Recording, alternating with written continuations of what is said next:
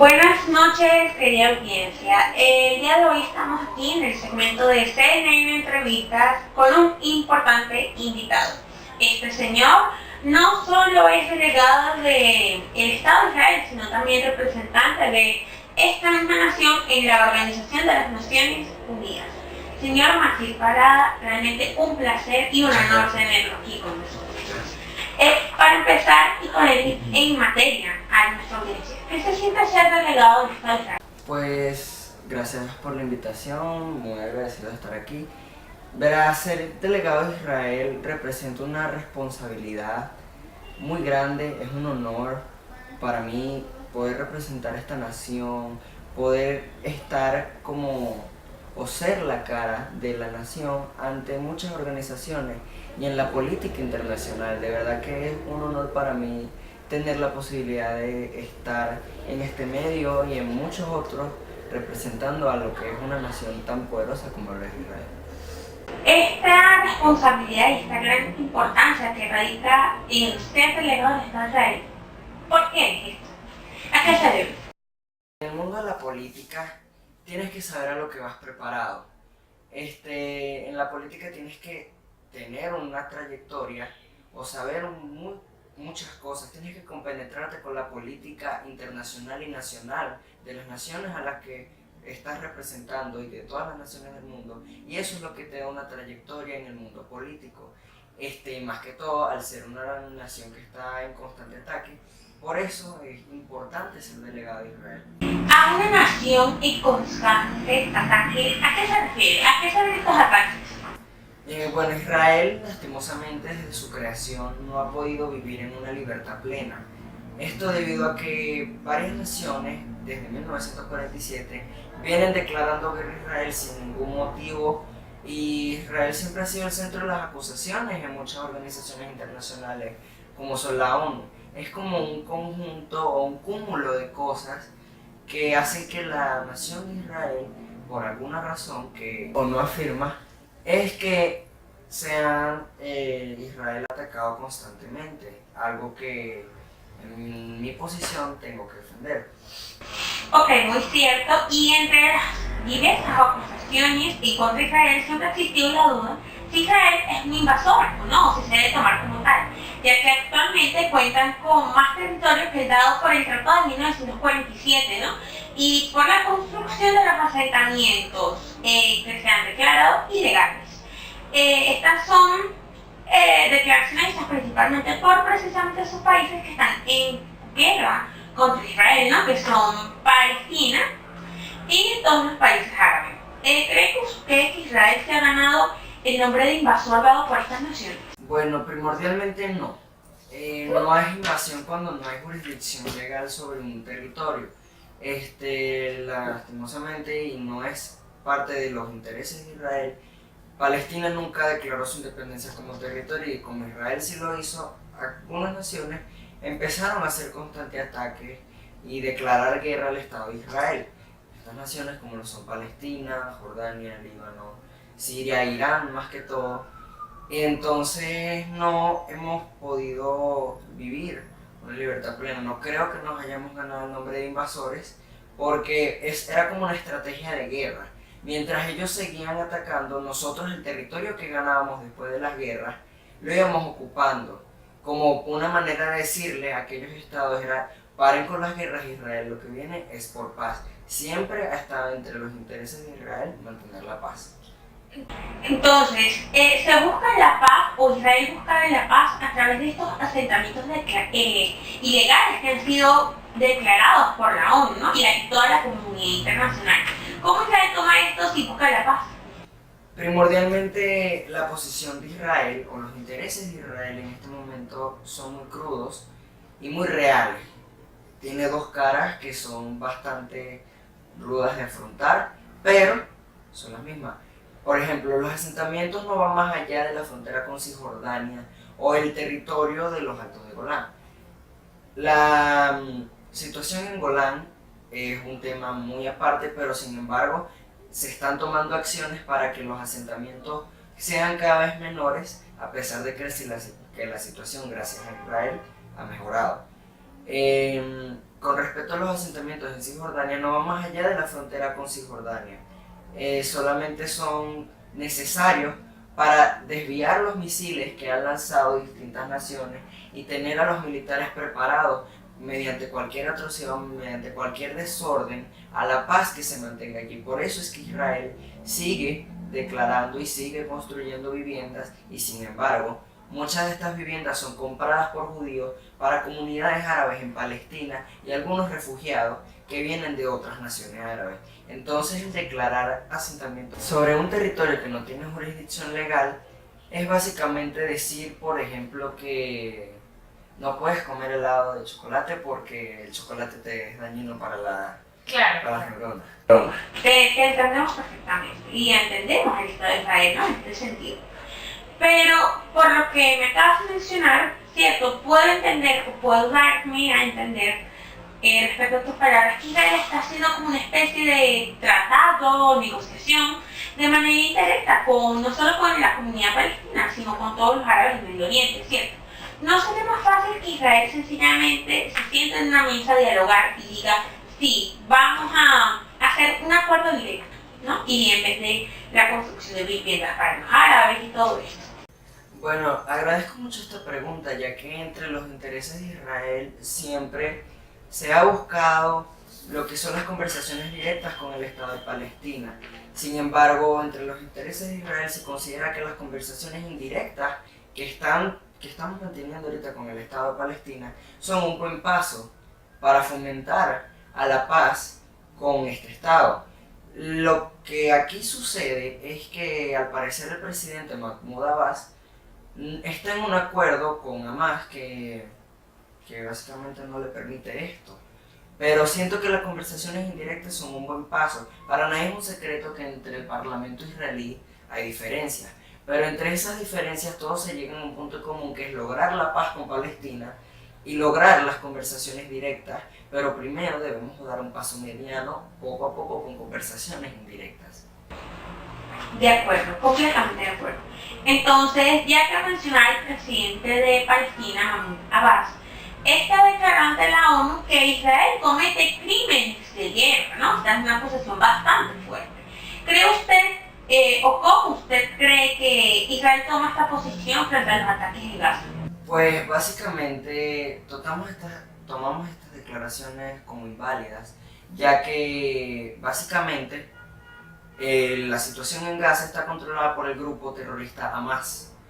La autoridad palestina está en un acuerdo con el grupo terrorista Hamas que le permite el control en Gaza y en Cisjordania. Lo que sucede aquí es que estas declaraciones de guerra no son crímenes de guerra perpetrados por Israel. Israel busca siempre proteger a los civiles, mientras que Hamas, con los civiles, protege sus misiles. Israel, con misiles, protege los civiles. Entonces esto es como una situación un poco grave, pero sin embargo Israel siempre va a tomar la cordura y la cordialidad, a pesar de que estas acusaciones sean totalmente inválidas. Bueno, gracias por estas declaraciones. Vamos a una pausa y ya volvemos.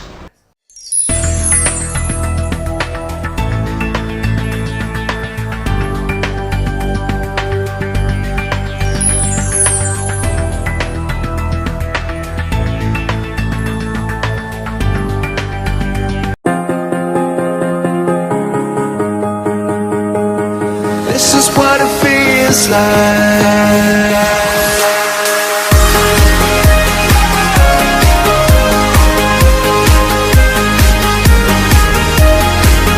No, I don't even know if I'm alive. Oh, without you now, this is what it feels like.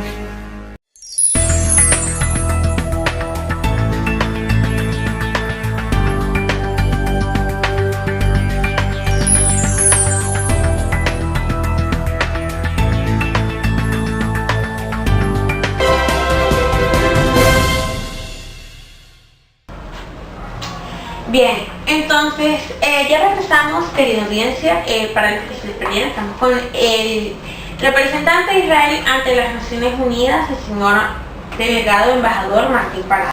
Hablando entonces un poco sobre cordura y cordialidad, ¿no? Recientemente el presidente Donald Trump, presidente de los Estados Unidos de América, reconoció a Jerusalén como la capital del Estado de Israel. Esto desató muchísimas protestas por parte de los palestinos y toda la comunidad árabe. Entonces, ¿usted no cree que esto fue un error cometido por el manejo de la política de Donald Trump y no se necesitaría una clase de permiso o negociación previa para poder declarar a Jerusalén como capital del Estado de Israel? Verá, lo que pasa aquí es que no se necesita un permiso, porque Israel es un estado soberano, independiente y autónomo.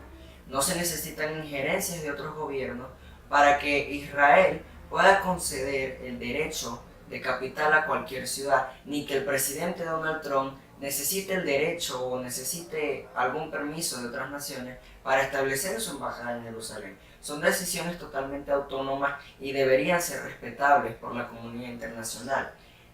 Este error que llaman muchos no va a borrar ni las memorias, ni las descendencias, ni las sonrisas de la gente que sienten a Jerusalén como su capital, su territorio y su hogar. Entonces, si no necesita ninguna clase de injerencia, ¿no? ¿Por qué el presidente entonces de los Estados Unidos decide declarar abiertamente a Jerusalén como la capital? Y esta decisión no la toma el Estado de Israel, notificándole a las naciones que tienen su embajada en Tel Aviv que las trasladen a Jerusalén. ¿Por qué no Israel no toma esta decisión? La verdad es que Israel, como ya dije, no tiene que tener tampoco autoridad sobre otra nación para decirle, oye, mira, tienes que mudar tu embajada a Jerusalén. No, porque sabemos que es cierto que el status quo de Jerusalén está un poco complicado, sin embargo, en la parte que le pertenece a Israel, esa parte ha sido siempre la capital del Estado judío. Entonces, no creo que sea necesario y no está en los intereses de Israel decirle a otros embajadores aliados que, oye, vengan a trasladar a su embajada a Jerusalén. Es una decisión totalmente autónoma, unilateral y respetable de aquellas naciones que decidan tomar estas acciones. Entonces, ¿qué planes tiene este Estado precisamente en contra de la resolución AS-10 sobre el status quo de Jerusalén? Bueno, el Estado de Israel generalmente cree que esta resolución no aportará ni disminuirá algún tipo de acción contra el conflicto con Palestina. Es una resolución totalmente nula, debido a que esta resolución no vela ni por los intereses de Palestina ni por los intereses de Israel claramente. Si para los palestinos esto es una victoria, ya que ellos dicen que el status quo de lo que ellos llaman Al-Quds, que es Jerusalén, está garantizado, pero en realidad esta resolución no les ofrece ninguna garantía, ni ningún derecho, ni ningún permiso para lo mismo, solamente compete contra la decisión del presidente Donald Trump y fomenta al desorden entre la comunidad del Medio Oriente. Con fomentar el desorden entre países del Medio Oriente, se refiere a los países que no los llamaremos enemigos, sino como países que no están de acuerdo con su estatus, es decir, Irán, Siria, el Líbano. Estos países son los que fomentan el desorden para Israel. Sí, verá, para no es un secreto las relaciones que tenemos con Irán y su poderío nuclear. Estamos hablando de el régimen más peligroso del mundo, un país extremista, teocrático y que tiene un poderío nuclear clandestino. Claramente es una amenaza para el Estado de Israel y no compete contra los intereses, no busca hallar una paz con el Estado, ni mucho menos en Medio Oriente. Siria, estamos hablando de una dictadura que se implantó en ese país y la situación en Siria está un poco grave. Sin embargo, el Estado de Israel considera que las negociaciones con Siria van más allá de lo que ya se conoce como los Altos de Golán y las embajadas que se tienen en Damasco. Las negociaciones con Siria tienen otro plano. Y Líbano, pues básicamente Líbano tiene uno de los grupos extremistas peores que atentan peormente contra el Estado de Israel, que es Hezbollah. Estos tres países presentan este problema, que es el terrorismo. Estamos hablando nada más y nada menos que ISIS, Hamas y Hezbollah juntos. Entonces sí, estos países son los que fomentan el desorden para la comunidad del Estado de Israel. Entonces, rescatando un poco sobre las declaraciones, primero vamos a basarnos en Siria y luego vamos a pasar a Irán, si no es ningún problema para ustedes, señor embajador. Hablando un poco sobre Siria, ¿no? Israel ha acusado precisamente a esta nación de llevar un doble juego, por así decirlo. ¿Cree usted que se puede confiar en el presidente de esta nación, Bashar al-Assad, a la hora de que desempeñe su papel en un futuro de acuerdo al conflicto sirio-israelí? Pues por ahora habría que verlo en práctica. Israel sí tendría intereses en negociar con Siria, pero como ya dije, estas negociaciones van más allá de lo que es las embajadas en Damasco y el estatus de los Altos de Golán. El presidente sirio ya se le ha acusado de tener numerosas atrocidades contra su gente, y por eso el Estado de Israel ha parado lo que son las negociaciones con Siria, y recientemente con la cuestión esta de los cazas, el dron iraní y todo esto, la situación con las negociaciones en Siria se ha vuelto un poco más estrecha. Estamos hablando de un país que ha estrechado sus relaciones con Irán y que ha estrechado sus relaciones con Líbano.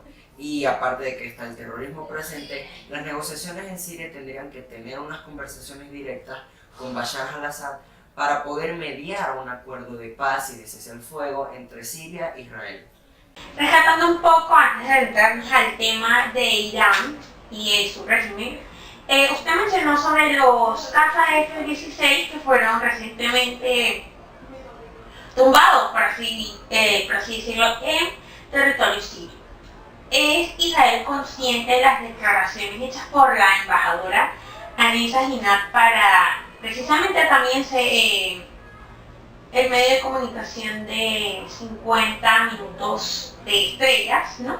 Sobre que Israel, quizás como respuesta a este derrumbamiento de su casa F-16, fue un asentamiento iraní, porque por los tratados, las negociaciones entre Irán y Siria, que se encargaba, según la embajadora, ¿verdad?, de proteger o velar por los intereses del pueblo, ¿no?, contra Daesh.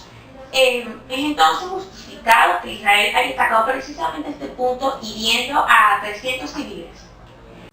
Bueno, primordialmente hay que tener en cuenta de que Israel nunca ataca a otra nación solo porque sí. La situación con el dron iraní era que el dron iraní estaba haciendo una clase de espionaje en territorio israelí, y estos cazas fueron enviados a derribar ese dron y fueron interceptados, eran varios, y fue interceptado uno solo por la Fuerza Armada Siria. En respuesta a lo que sucedió y ante grandes represalias que esto conllevó, Israel lanzó un ataque contra Irán, no precisamente contra los sirios. Obviamente Irán siempre espera la destrucción de Israel, pero Israel siempre espera la menor baja civiles. No se contaba con el hecho de que habían 300 asentados, valga la redundancia, estos asentamientos allá, sino que era como un punto estratégico para decirle a Irán: oye, es hora de parar con tus ataques bélicos contra Israel. Entonces esa creo que es la posición estratégica y la posición más responsable contra esta pregunta que usted me hace.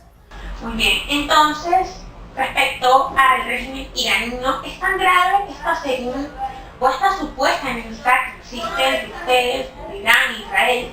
¿Y cómo o qué haría su programa nuclear entre las relaciones Israel-Irán?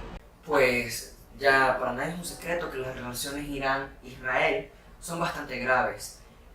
Su nación desde 1980 ha declarado públicamente la destrucción de Israel en menos de 25 minutos con armamento o armas de destrucción masiva. Estamos hablando de armas nucleares o armas biológicas o cualquier otro tipo de armas químicas también. Cualquier otro tipo de arma que pueda compenetrar o poner en riesgo la salud y la vida del Estado de Israel. Entonces, con respecto al poderío nuclear, estamos hablando de que Irán firmó el Tratado de No Proliferación Nuclear en 1968, Y desde ese momento, Irán no ha parado de desarrollar esto. Ellos tienen un programa nuclear clandestino oculto que está esperando el momento justo para atacar al Estado de Israel. Entonces Israel tiene que cuidarse ante estos ataques y siempre intentar buscar la paz con el Medio Oriente y con Irán. Estas resoluciones de paz están un poco alejadas, ya que Rouhani, Ali Khamenei han declarado públicamente que quieren destruir a Israel, que Israel va a ser borrado. Entonces una nación totalmente bélica no pudiese o no debería tener este poderío nuclear y así poner en riesgo las vidas del Estado de Israel, y no solo de Israel, quién sabe qué otro país está sumado a esta iniciativa y quizás pueda atacar a todo el mundo. Pero también tenemos que tomar en cuenta, ¿no?, que Israel también ha sido, precisamente por la OIEA, declarado o acusado de tener también armas nucleares clandestinas, ¿no? Y a pesar de esto, no hay como unas pruebas contundentes de estos hechos.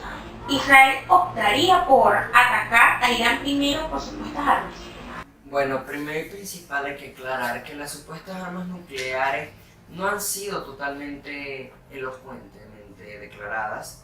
Israel ha mantenido una política de ambigüedad en este sentido, y creo que es la mejor posición, porque de nada sirve ser un país como Rusia, que declara más de las armas nucleares que tiene y que de paso le vende armas a un dictador. Ya esto queda fuera de la temática, pero es como para poner en contexto lo que sería la política de ambigüedad. Considero que Israel, si tuviese las armas nucleares, optaría a atacar a Irán si fuese la última decisión, si fuese la decisión más extrema. Habría que poner todas las cartas sobre la mesa y sería la única decisión responsable que debería tomar el Estado de Israel si llegase a existir la amenaza de destrucción contra la nación. Es decir, si Irán opta por destruir o atacar bélicamente, mayormente y fuertemente al Estado de Israel, Israel optaría como última opción atacar a Irán con algún tipo de arma, pero no precisamente con las armas nucleares. En completo concuerdo con usted, señor embajador. Para finalizar la entrevista, ¿no?, ¿cuál cree usted que sería la solución de los problemas de Israel? ¿Estaría dispuesto a ceder el territorio o seguir siendo objeto de acusación por parte de la ONU y conjeturas internacionales? Pues básicamente la base de todo, o la base de las resoluciones de cualquier problema, es el diálogo y el consenso. Entre los intereses de Israel estará y está presente las conversaciones directas con Palestina, lograr que los grupos terroristas desocupen este territorio y se desintegren o se desacoplen y se desprendan de lo que es la autoridad palestina, para que la autoridad palestina, como jefes del Estado palestino, puedan tener conversaciones directas con el Estado de Israel. Conversaciones que Israel tiene que tener multilateralmente, bilateralmente, con Palestina y con muchas naciones árabes. Siento que la base de la resolución también sería que los países árabes reconozcan a Israel como un Estado soberano, independiente y autónomo. Y Israel no va a ser más víctima de acusaciones, ya que nuestro primer ministro y yo, como delegado, nos vamos a encargar de poner a Israel en el lugar que se merece, para que deje de ser víctima del boicot internacional que le han puesto y sobreimpuesto a algunas naciones. Entonces siento que el futuro de Israel será muy bueno, ya que está en nuestros intereses tener Israel como una de las mejores naciones del mundo y una de las naciones más pacíficas que fomente a la paz en Medio Oriente. Muchísimas gracias por asistir y por todas las explicaciones que han emitido el día de hoy, no solo para mí, sino para toda la audiencia que nos está escuchando. Realmente esperamos que en junio de este año por fin haya un diálogo, por fin haya paz en Medio Oriente, por fin se reconozca tanto al Estados Unidos como al Estado de Palestina y por fin que llegue la paz, ¿no?, a Medio Oriente. Gracias nuevamente, de verdad, por venir el día de hoy. Y ustedes pues sigan en sintonía de CNN.